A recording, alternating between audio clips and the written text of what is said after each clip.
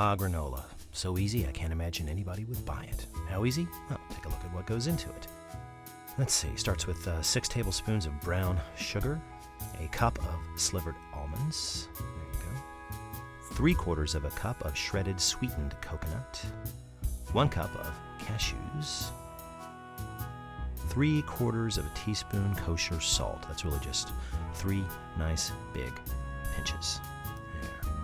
And of course, oats. 3 cups of rolled oats. This is what they're really, really good for. Now make sure you toss this and get it combined very, very, very well before you add the wet works.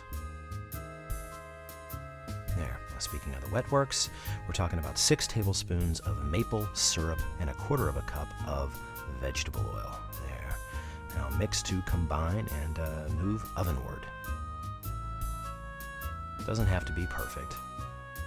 Not that there's anything wrong with perfect. Now onto a half-sheet pan or a cookie pan that has a nice lip on the side. Just pour it out nice and even into a single layer. We're going to stir this every 15 minutes during cooking. How long? About an hour and 15 minutes.